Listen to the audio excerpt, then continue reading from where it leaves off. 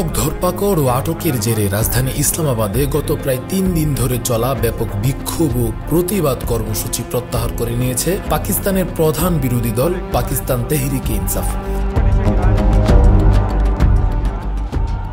দলটির কেন্দ্রীয় media cell থেকে প্রদান করা এক বিবৃতিতে উল্লেখ করা হয়েছে তথ্যটি। বিবৃতিতে বলা হয়েছে, নিষ্ঠুর নির্মম মনোভাব এবং নিরস্ত্র জনগণকে হত্যার মাধ্যমে রাজধানীকে কসাইখানা বানানোর যে পরিকল্পনা নিয়ে সরকার এগোচ্ছে তার জেরেই আমরা সাময়িকভাবে আমাদের শান্তিপূর্ণ প্রতিবাদ কর্মসূচি স্থগিত ঘোষণা করছি। সাবেক প্রধানমন্ত্রী ও দলের প্রতিষ্ঠাতা চেয়ারম্যান ইমরান খানের মুক্তি, সরকারের পদত্যাগ এবং সংবিধানের ২৬তম সংশোধনী বাতিলের দাবিতে গত ২৪শে নভেম্বর ইসলামাবাদ অভিমুখে রওনা দেন পিটিআই এর বিভিন্ন স্তরের নেতাকর্মী ও সমর্থকরা।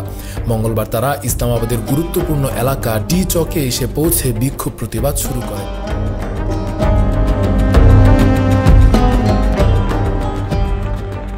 ইসলামাবাদে পুলিশ ও পাকিস্তানের সীমান্তরক্ষী বাহিনী রেঞ্জার্সের সংঘাত শুরু হয় তাদের। এতে পুলিশ, রেঞ্জার্স এবং পিটিআই এর মোট ৬ জন নিহত হন।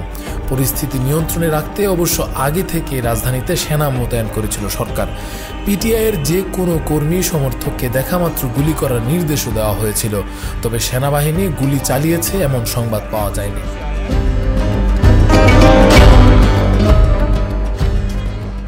ইসলামাবাদের রেড জোন এবং ডি চকে পৌঁছানোর পর পুলিশ, রেঞ্জার্স এবং সেনা সদস্যদের হাতে ব্যাপক ধরপাকড়ের শিকার হন পিটিআই এর নেতাকর্মীরা। এই ধরপাকড়ের এক পর্যায়ে ঘটনাস্থল থেকে পালিয়ে যান এই আন্দোলন কর্মসূচির শীর্ষ ২ নেতা, মুখ্যমন্ত্রী আলী আমিন গান্দাপুর এবং ইমরান খানের স্ত্রী বুশরা বিবি।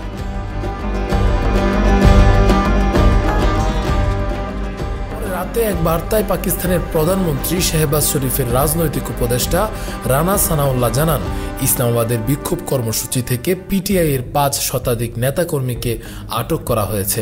তারপরে বিক্ষোভ কর্মসূচি স্থগিত ঘোষণা করে বিবৃতি দেয় পিটিআই মিডিয়া সেল।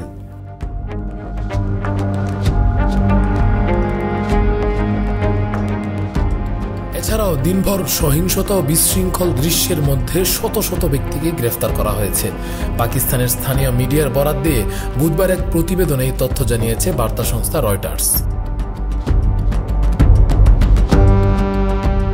ইমরান খানের স্ত্রীর নেতৃত্বে নেতাকর্মী ও সমর্থকদের একটি কনভয় দেশটির এই রাজধানী শহরের অত্যন্ত সুরক্ষিত রেড জোনের প্রান্তে বেশ কয়েকটি নিরাপত্তা বাধা পেরিয়ে পৌঁছে যায়। পরে হাজার হাজার বিক্ষোভকারী ইসলামাবাদের কেন্দ্রস্থলে জড়ো হয়েছিল।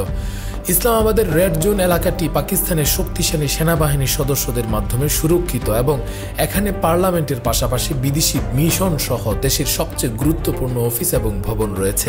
নিরাপত্তা বাহিনীর সদস্যরা অন্ধকারের মধ্যে ইসলামাবাদের প্রাণকেন্দ্রে বিশাল অভিযান চালিয়েছে। অভিযানের আগে সেখানে লাইট বন্ধ করে দেওয়া হয়েছিল এবং এর পাশাপাশি দফায় দফায় বিপুল সংখ্যক টিয়ার গ্যাস নিক্ষেপ করে নিরাপত্তা বাহিনীর সদস্যরা। আর এতে প্রতিবাদ সমাবেশ প্রায় সম্পূর্ণরূপে ছত্রভঙ্গ হয়ে গেছে বলে দুটি সংবাদ মাধ্যম রিপোর্ট করেছে।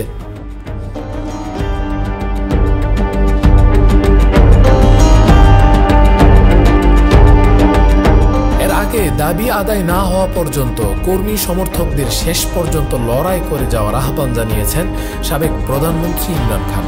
তিনি বলেন, পাকিস্তানি জনগণ ও পিটিআই কর্মীদের আমি স্যালুট জানাই, যারা নিজেদের অধিকারের জন্য দাঁড়িয়েছে, শান্তিপূর্ণভাবে বিক্ষোভ করছে এবং এই দেশের উপর চাপিয়ে দেয়া মাফিয়ার কাছ থেকে সত্যিকারের স্বাধীনতা চাইছে।